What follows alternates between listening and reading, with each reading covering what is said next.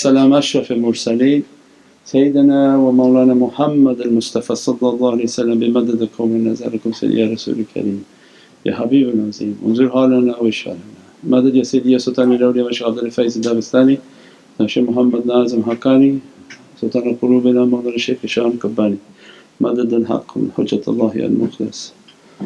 A'udhu billahi minash shaitani rajeem. Bismillahir Rahmanir Rahim. Ati'ullah, ati'ur Rasul wa ulul amri minkum. And a reminder always for myself, and abdu kul ajizu da'ifu miskeen zalim al-jahal, if by the grace of Allah that I'm still in existence, and that we pray that Allah accept us on this path of trying to be nothing. And in tomorrow night we go again more into it, but every month there's a bab, and the people of the gate they take awliya and those whom following awliyaullah through these 12 gates, the first of which by the Zulfiqar with Imam Ali and the last of which in the hands of Sayyidina Mahdi. And these are the realities of the moon and travelling the way of the qamar, the first month and the sultanate of 9, the power of 9, and the 9th surah of Holy Qur'an, Surah Al-Tawbah. No Bismillahir Rahmanir Rahim.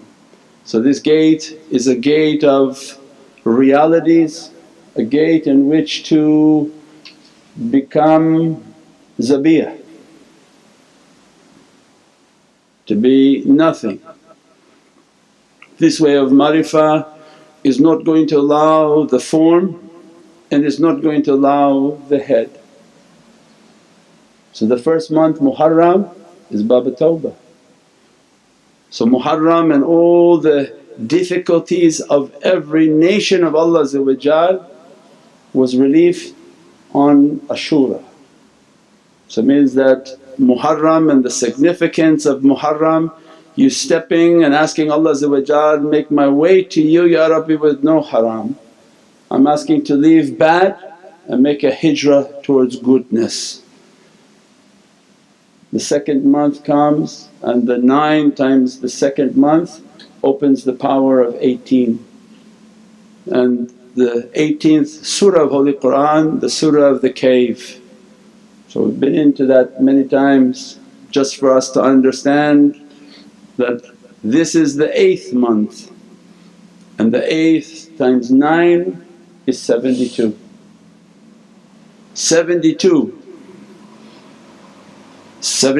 is a reflection of 27, and every holy night is on the 27th, means then 72 has a secret with the heavens from the unseen world, not the seen, because we have the mulk but malakut, and the malakut is the one that controls the mulk. The unseen controls the seen. The unseen atoms, electrons, they control the form. We only understand the form because we're not going into our realities. Allah describes the kulli shay in Surah Al-Yasin. The malakut has everything and all power in it, it is controlling this world of form. As soon as we enter into the month of Prophet the holy month of Sha'ban, then the people of the gate they direct us to the 72nd surah. And I say, pay attention and read from this surah its understandings. It will give a description of this gate that you're entering into.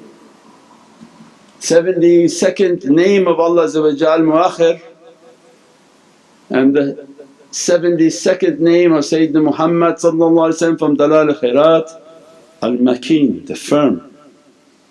So it means then these secrets, these understanding as they're entering into that gate, then the path is based on Holy Qur'an. So Surah Al-Jinn is then going to be describing the reality of this malakut and what going to be transpiring for the servant of the path. That they entered into the cave They understood the 27 and the kingdom and how to receive the realities of the kingdom. They went into the 32nd, the 36, which was the heart of Holy Qur'an, the heart of Sayyidina Muhammad, Sayyidina Yasin, and all the way now into the month of Sha'ban. And Allah and Prophet and awliyaullah's inspiration, they give to us an understanding from an expression of Imam salam that, be loving even to the hand that crushes you. Be loving even to the hand that crushes you. This way is not an easy way. This way is nothing from the understanding of this material world. If you explain it to a material person, they think you're crazy. This way is the way of the kingdom of Allah, and we've talked on different occasions how every Prophet of Allah had to take a path in which to be crushed. Why? To be in the presence of Sayyidina Muhammad. This flower they describe is a rose, and we call Gul Muhammadi. The rose is the sultan of flowers, the sultan of fragrances. We talked before that these flowers that Allah want to describe, these are those whom buried themselves in the soil of Sayyidina Muhammad. They took a path in which to annihilate. So when someone doesn't understand, it's always by analogy. Where do you see annihilation in this dunya is a seed. The seed, and every seed in life it thinks it's something and it thinks that that's it, I'm the best of what Allah created, and people come and say, but you're still just a seed, you didn't reach to what Allah wanted from you. Although you think you're great and although whatever entrapments Allah has put upon that servant, they think that they made it. And they come into our life and say, no, these servants of Allah they understood they're just a seed. And as soon as they plant themselves into the soil, they understood that it wasn't them that was going to be anything but the power of the soil. So it means the good team.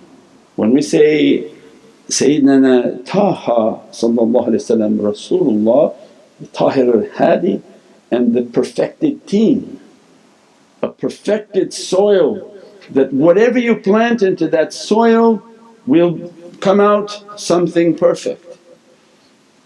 Allah not caring about the seed. The seed good or bad doesn't make a difference. He said, whatever I put into this soil is going to come beautiful. That's why effacing, Ya Rabbi I'm nothing, I'm nothing. When they throw you into the soil means you take a path of isolation. You begin to isolate yourself, begin to distance yourself, begin to try to understand yourself, reach to that reality that this seed is not what I want what you have in store for me. Plant yourself in this reality of Prophet.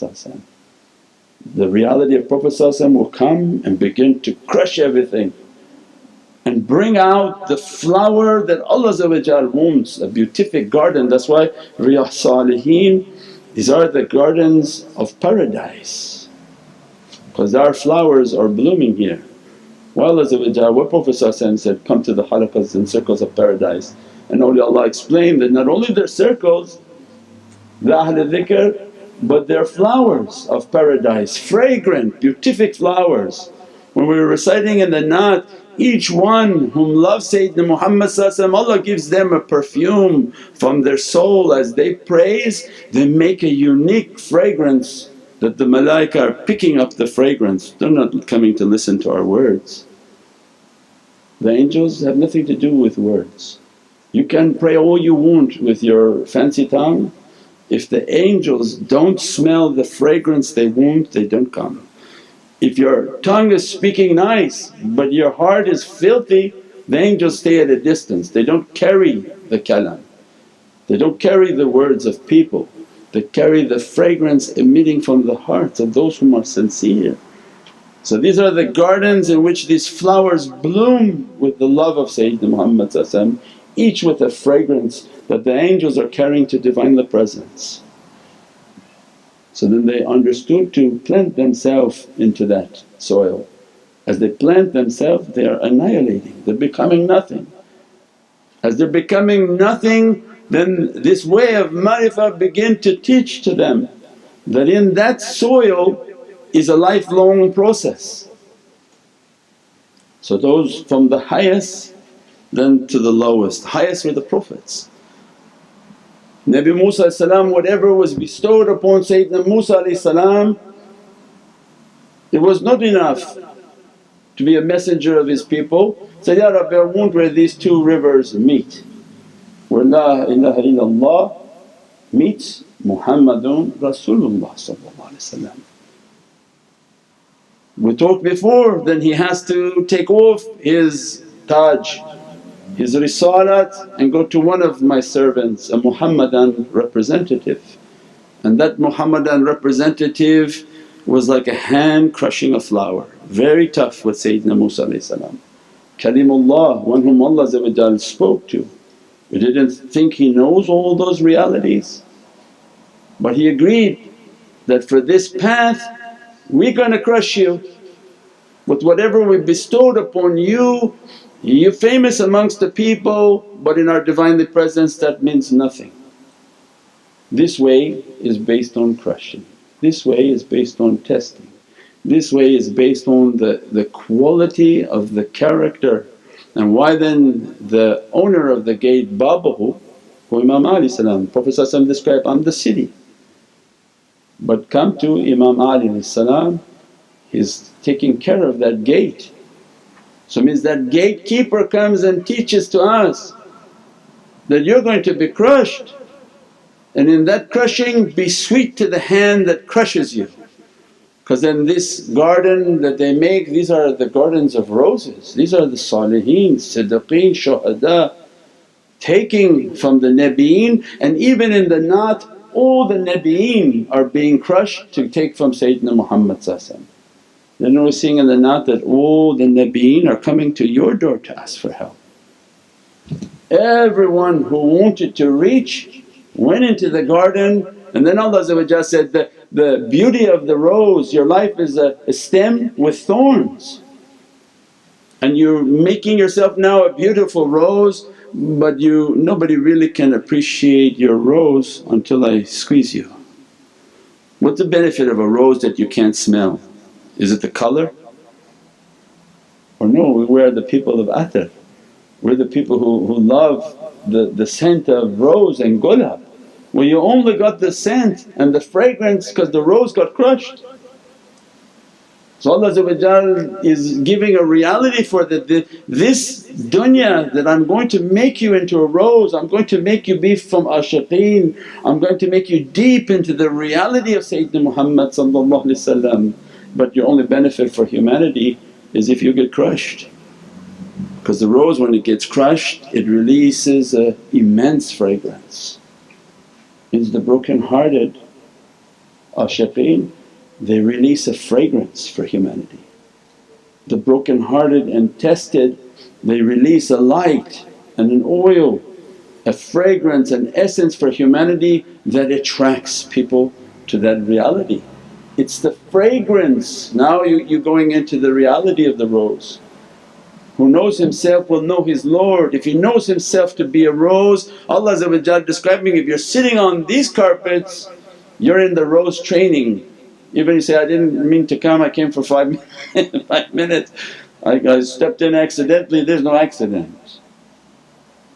There's no way if you didn't know this address that Allah would let you to come, not even if you are the cleverest person. Means then is a understanding of ourself. Who knows himself will know his Lord. If you know yourself, you're in the rose training facility.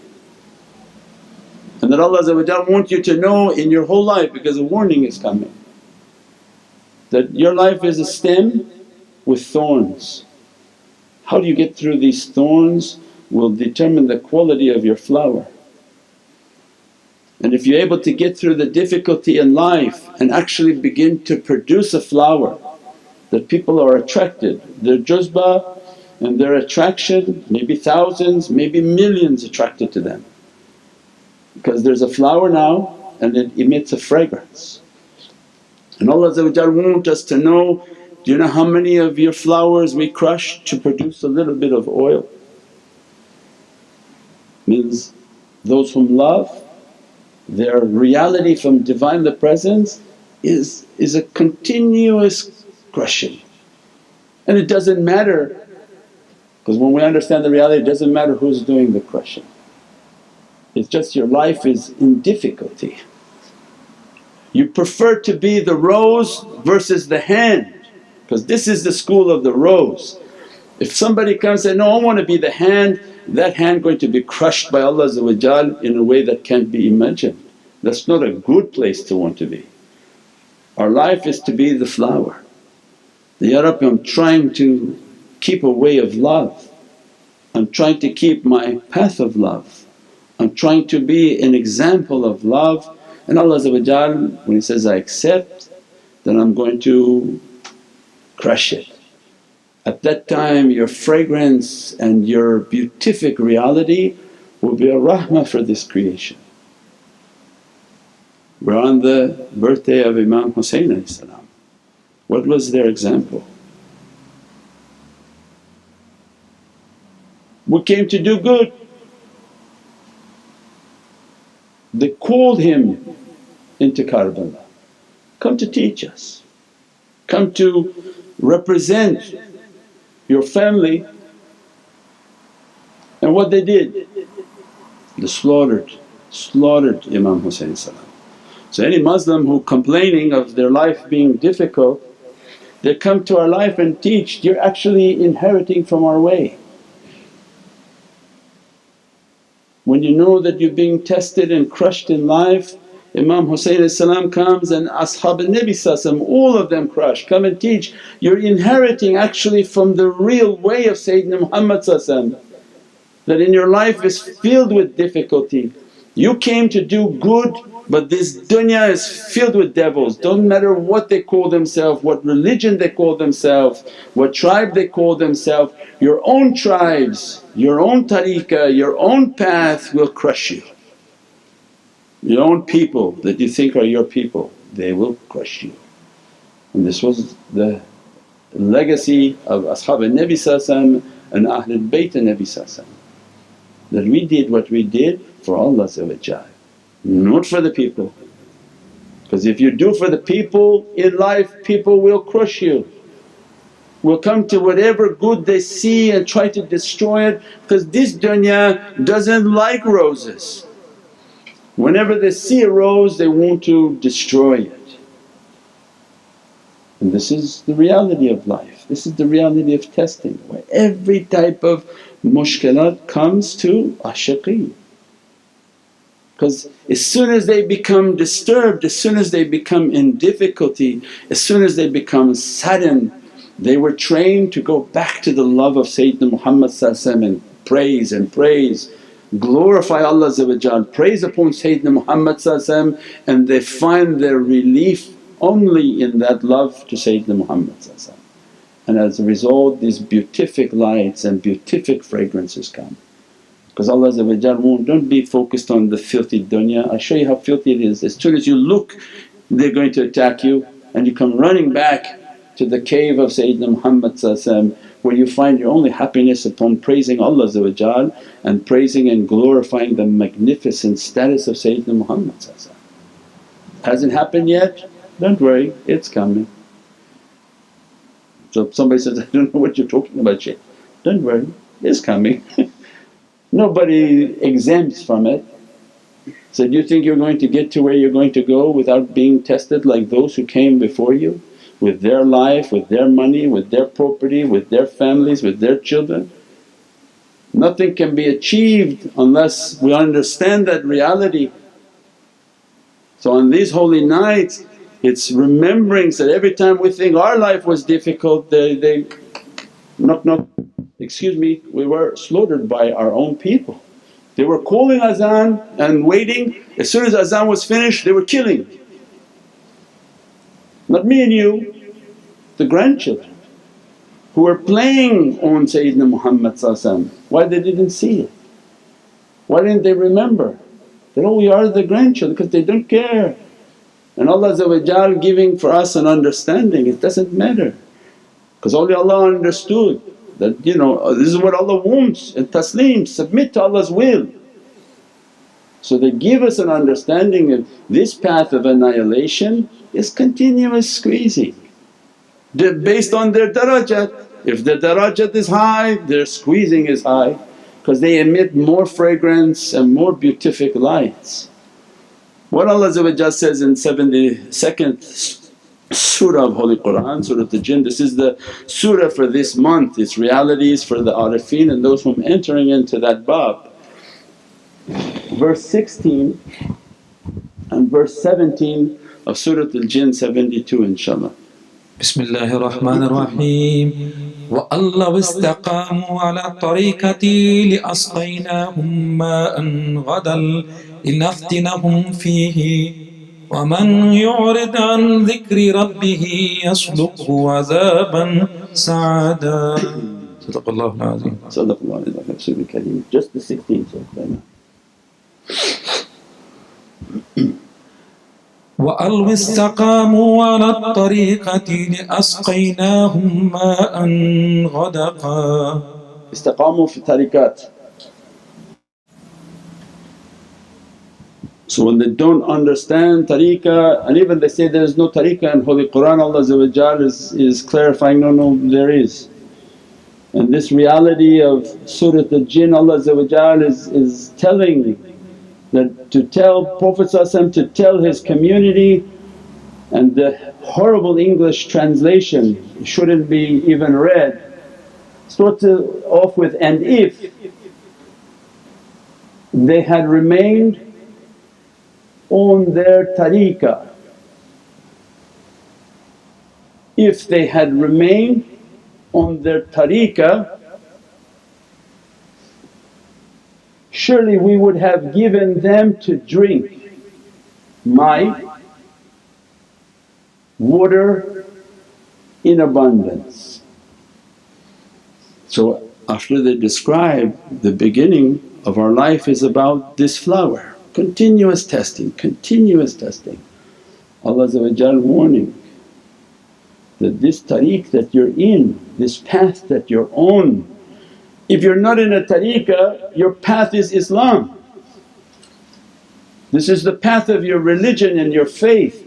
If Allah wanted you to even understand it greater, you wouldn't have a doubt and you would have been inspired to join a tariqah, because He wants you to clarify your path. Don't say just general Islam, no problem, that's for the general people. When Allah wants something even higher, He even defines their Islam, come to the tariqs, these are the schools of the path. Their whole reality, wake up, their whole reality is the path. And Allah is describing that this path your own, stay, istiqam, firmly plant your feet on your path because you're about to get smacked left and right. Don't doubt it, don't say no. Every difficulty and hardship comes to whom Allah loves, and istiqam is not something light that they write some crazy stuff about idolatry. This has nothing to do with idolatry. This has to do with Allah's order that stay firm upon your path, keep your feet planted deep and accompany those whom they are like trees, not like a flower on a rock. They're evergreen. Mawlana would describe there are trees, the awtad, these are category of awliyaullah. There are kutubs and there are awtad, the awtad they're like pegs, they dig deep. But in the world of analogy of trees, their roots are very deep. Their istiqam, Allah gave them roots that go very deep, and as a result they're continuously being tested and slapped left and right, and they barely move and they remain green. They remain green in a world that is ever dying. and plants they come and go and trees that come and go, they are in a continuous state of high.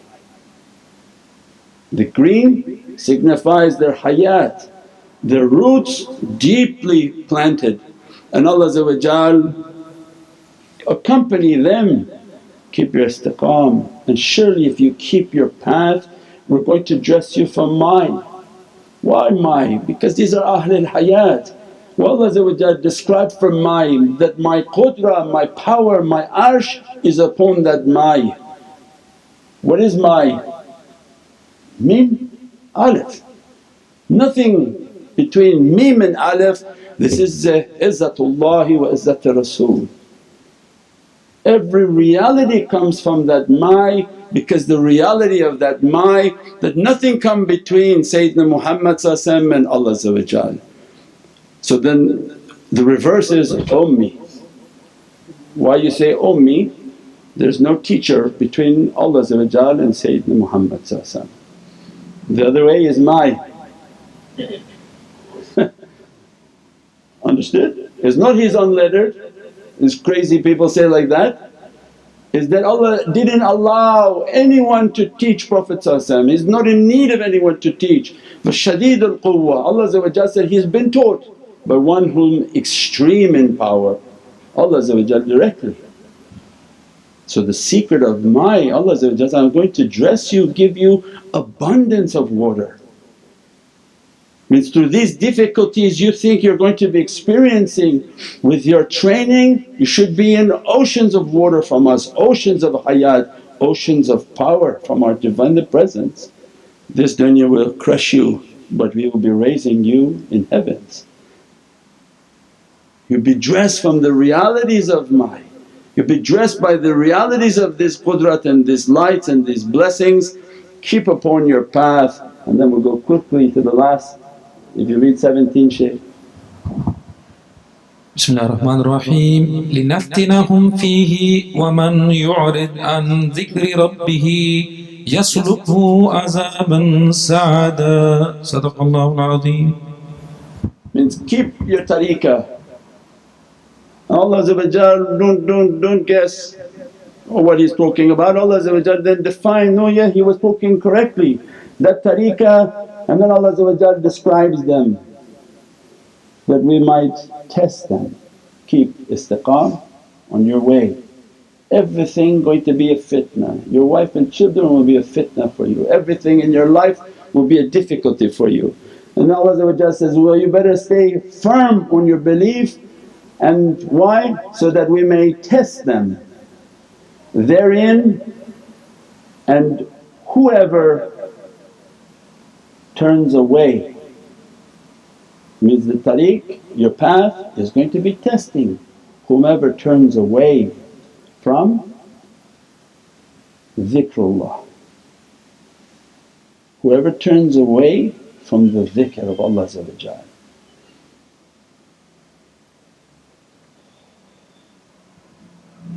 He will make him to enter a punishment severe.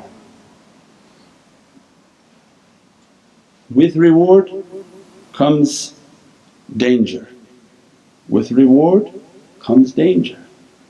Allah warns us, this station I want to give to you. It's not because you get to eat nice food and make zikr, but I want to raise your darajat and raise your reality. I want to dress upon you every ocean of reality. Stay firm onto your belief and on your practices. And if for any moment you think in your cleverness that I will walk up and leave the dhikr of Allah, you say, oh the dhikr of Allah is this and this. No, the dhikr of Allah is dhikr, and to be from the people of Zikrullah, and that they sit in circles and halaqas and they praise upon Allah, and they praise upon Allah's most beloved. If you leave that, know the difficulty will be coming. Why? Because this station that Allah wanted to grant, He will grant it because He loves you. He'll grant it whether you sit on the ground doing the practices or whether you think you're going to run into the world and do whatever crazy thing you want to do, you will get your cleansing in that world. Means every difficulty and hardship will begin to come towards that servant until they reach the goal that Allah wanted them to reach. You can reach with a beatific, sit there, do zikr, praise, cry and love Sayyidina Muhammad, or you go the other way and every difficulty comes and crushes you, collapses you until all your crying, your blood and your sweat and your tears, and you still achieve what Allah wanted the servant to achieve. So we pray that Allah inspire us to achieve it through goodness, through good practices, through ease, not through egoism inshaAllah. Subhana rabbika rabbil izzati amma yasifoon wa salaamun al mursaleen walhamdulillahi rabbil alameen. Bi hurmati Muhammad al-Mustafa wa bi siri Surat al-Fatiha. سيدنا النبي سيدنا النبي سيدنا النبي سيدنا النبي